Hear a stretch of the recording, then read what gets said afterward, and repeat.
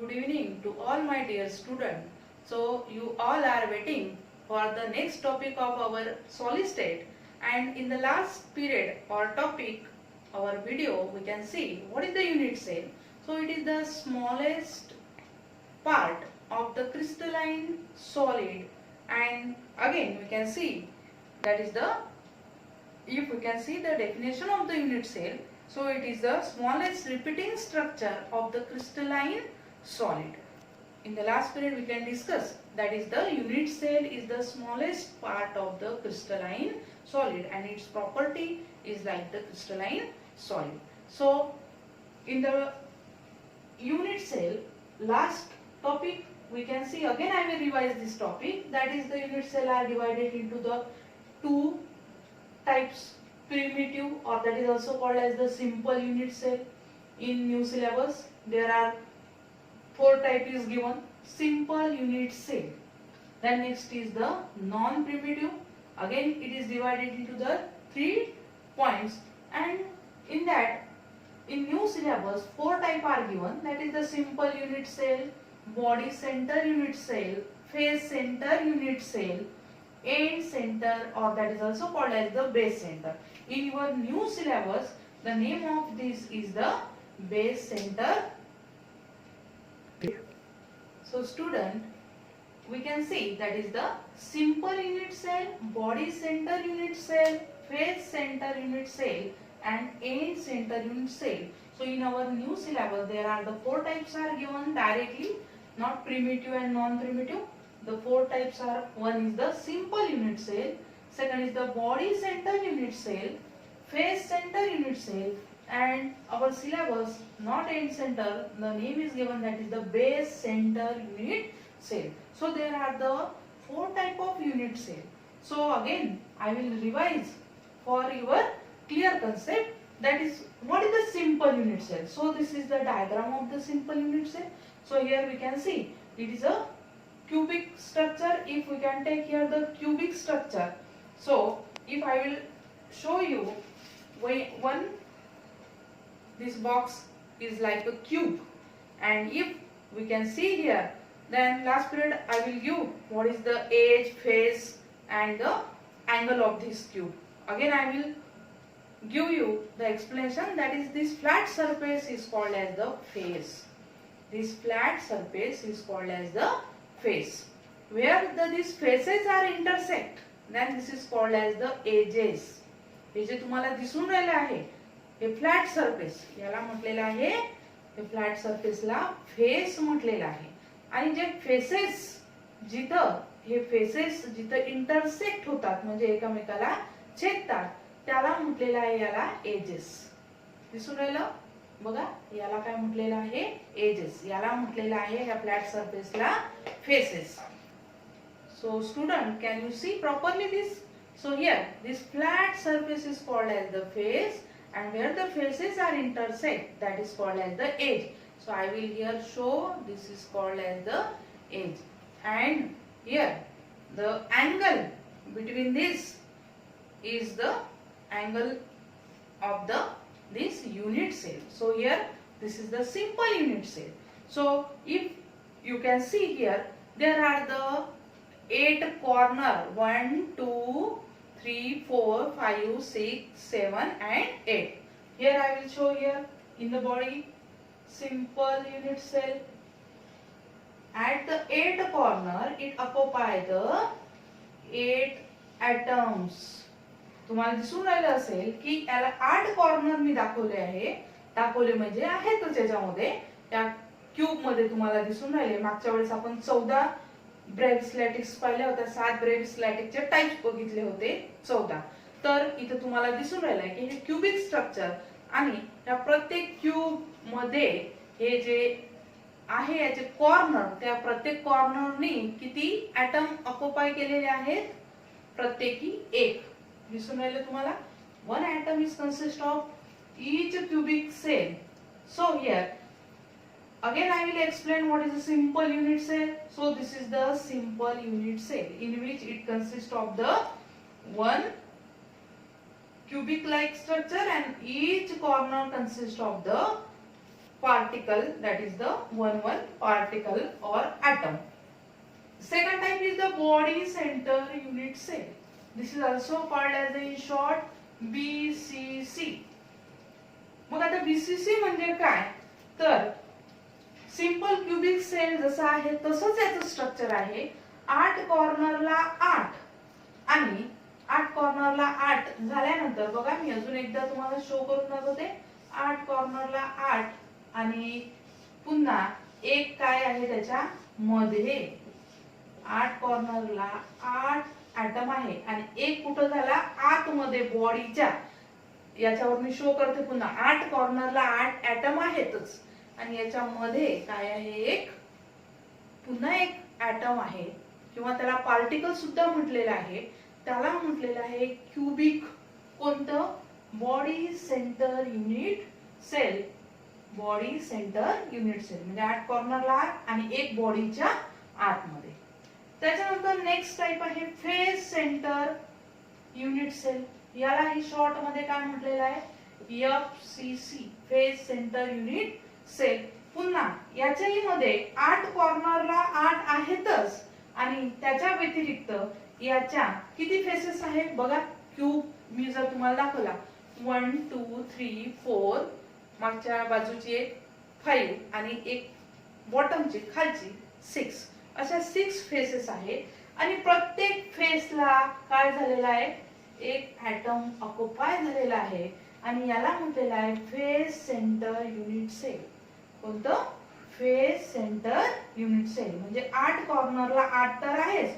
प्रत्येक फेसला जसं आता मी इथं शो करते प्रत्येक फेसला काय केलेलं आहे एक पुन्हा ऍटम किंवा पार्टिकल त्याने ऑक्युपाय केलेला आहे. अशा 6 फेसेस आहे म्हणजे आतमध्ये 6 काय झालेले आहे पार्टिकल. त्याच्यानंतर नेक्स्ट आहे एंड सेंटर. न्यू सिलेबसला त्यालाच म्हटलेलं आहे बेस सेंटर टाइप. पुन्हा मी बेस सेंटरचा इथे शो करून दाखवते तुम्हाला की काय आहे 8 कॉर्नरला 8 आणि बेस. बेस कोणता एक वर एक खाली याला आपण बेस म्हणू. 2 कॉर्नर मध्ये 2 पार्टिकल गेले किंवा ऍटम. या झाला base centre unit cell. So these are the most important type of the unit cell. 4 type here we can see: simple unit cell, body center unit cell, face center unit cell and end center unit cell. Now here our topic, next topic is here. Then what is the number of particle in cubic unit cell? प्रत्येक unit sale मध्ये number of particle किती atoms किंवा particle प्रत्येक unit sale मध्ये occupy केलेले आहेत. मी तुम्हाला आज ते समजून सांगणार आहे की किती पार्टिकल आहे. पहा आता सगळ्यात पहिला मी सिंपल युनिट सेल तुम्हाला काढून दाखवला. आता पुन्हा मी याच्यातले पार्टिकल्स काढून घेते आणि फक्त काय शो करत आहे इथं simple cubic cell. Simple cubic मध्ये काय आहे किंवा सिंपल युनिट सेल मध्ये काय आहे 8 कॉर्नरला 8. मग आता तुम्ही जर याला पाहिलं तर याच्यातला हा जो प्रत्येक हा ऍटम आहे त्यांनी याला मी असं काढून दाखवते.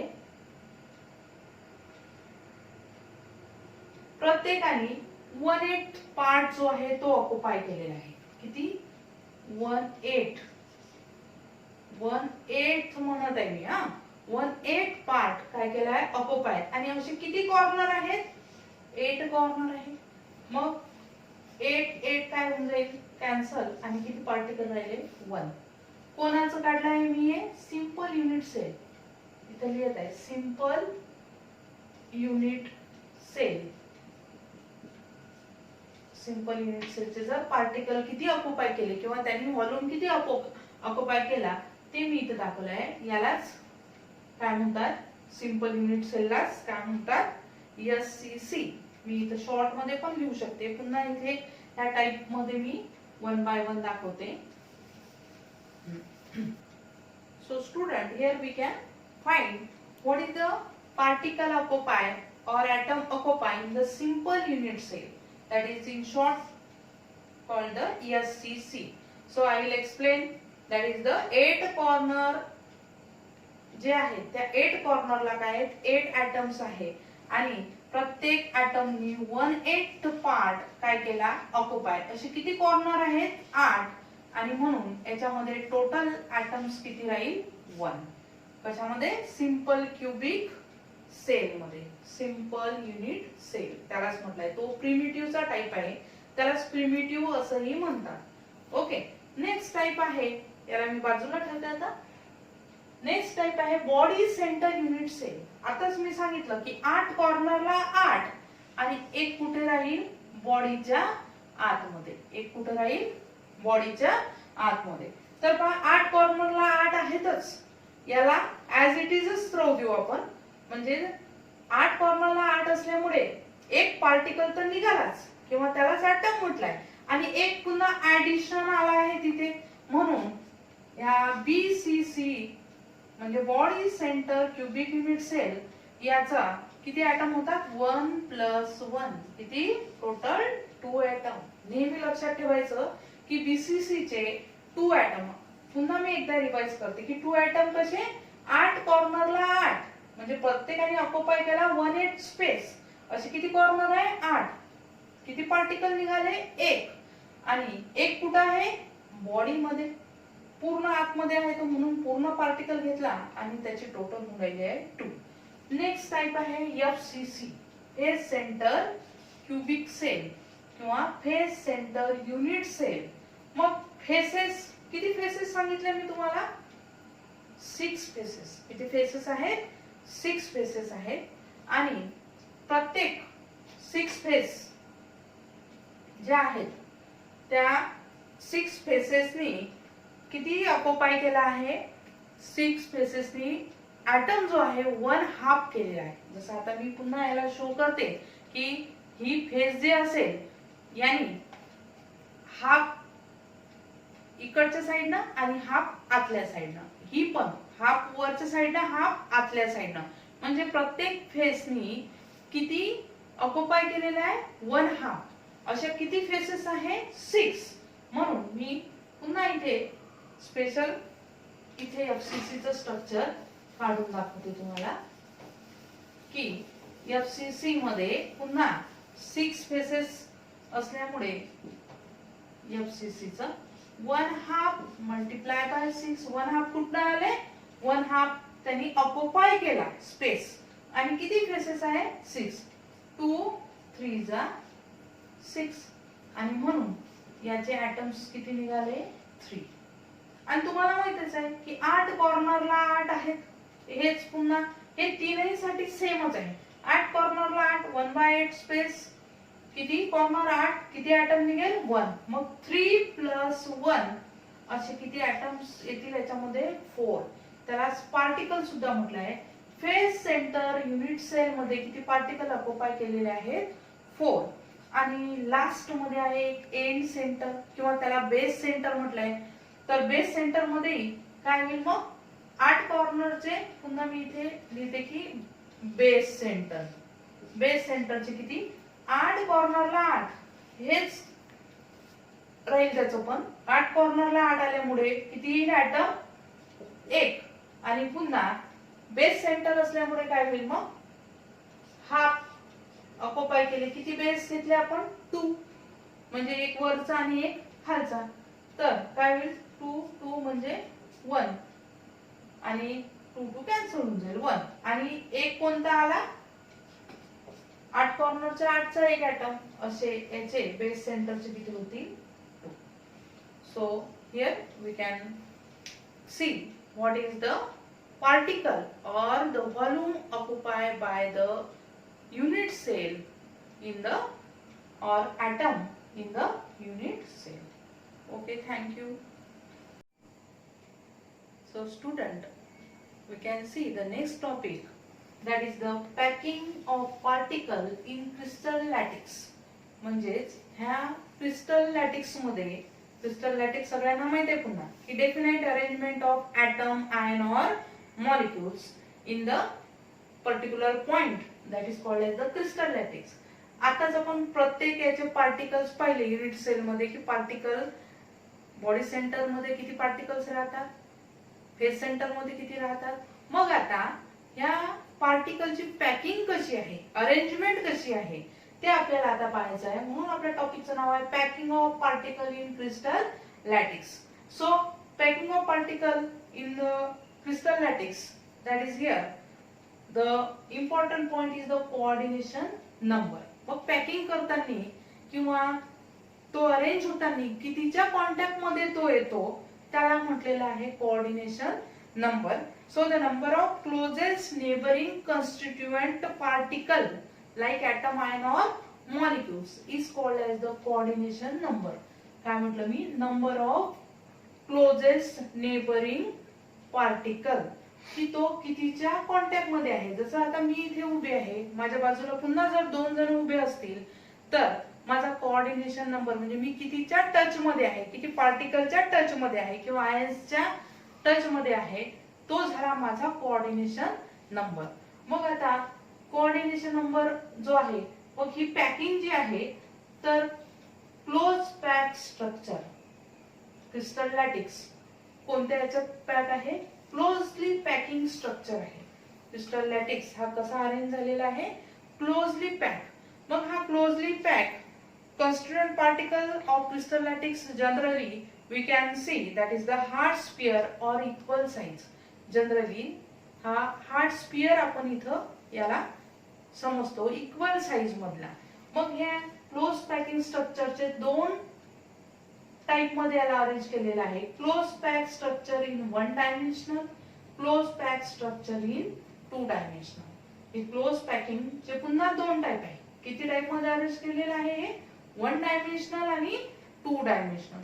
टू डायमेन्शनल चे पुन्हा दोन टाइप आहे, एक स्क्वेअर क्लोज पॅकिंग आणि दुसरं आहे हेक्सागोनल क्लोज पॅकिंग. पुन्हा आपण ते तिकडे डिटेल मध्ये बघणारच आहोत. आधी मी तुम्हाला सांगते की क्लोज पॅकिंगचे दोन टाइप कोणते. तर पहिला वन डायमेन्शनल. मग वन डायमेन्शनल म्हणजेच काय हे इथे मी डायग्रामच्या थ्रू तुम्हाला दाखवलेलं आहे की वन डायमेन्शनल किंवा त्याला आपण म्हणू की सरळ रांगेत अरेंज केलेले आहे. तुम्हाला कसे दिसून राहिले, ॲटम इथं अरेंज केलेले सरळ रांगेत दिसून राहिलेले आहे.